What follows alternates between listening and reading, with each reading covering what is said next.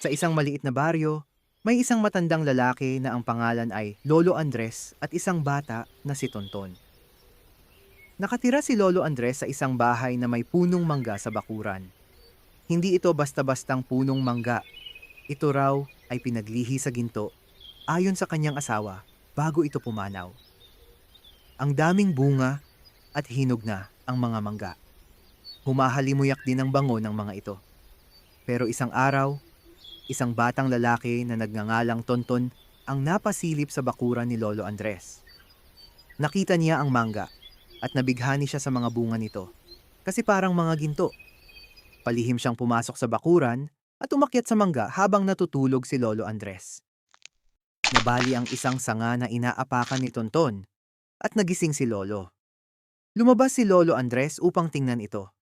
Nakita ni Lolo Andres ang isang bata na dahan-dahang bumaba. Nilapitan ito ni Lolo Andres at sinabihang, "Bakit ka kumuha ng mangga na hindi nagpapaalam? Masama ang magnakaw." Humingi si Tonton ng tawad kay Lolo Andres. Nabighani lang daw siya sa mangga kasi tila parang mga ginto at nagugutom na din daw siya dahil walang makain si Tonton sa bahay nila.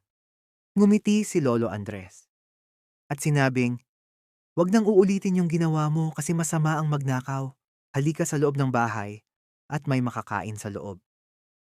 Mula noon, tinulungan na ni Tonton si Lolo Andres bilang pasasalamat sa kabutihang ginawa para sa kanya. Nagustuhan nyo ba? Paki-follow, like and share. Salamat. Hanggang sa muli.